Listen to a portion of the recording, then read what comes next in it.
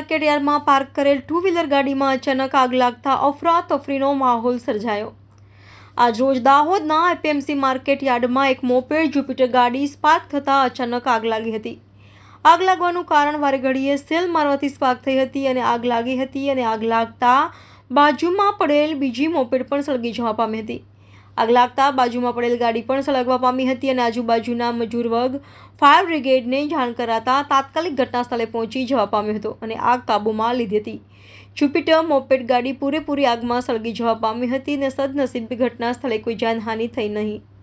સંવાદદાતા દિનેશ પરમાર સાથે Diu mirror news Dahod. નમસ્કાર મિત્રો, હું ફિરોઝ ઈરાની આજે તમને એક નવી વાત કરવા આવ્યો છું। દીવ મિરર ન્યૂઝ જોતા રહો, સબસ્ક્રાઇબ કરવાનું ભૂલતા નહીં અને શેર કરવાનું પણ ભૂલતા નહીં। સત્યની સાથે જોડાતા રહો।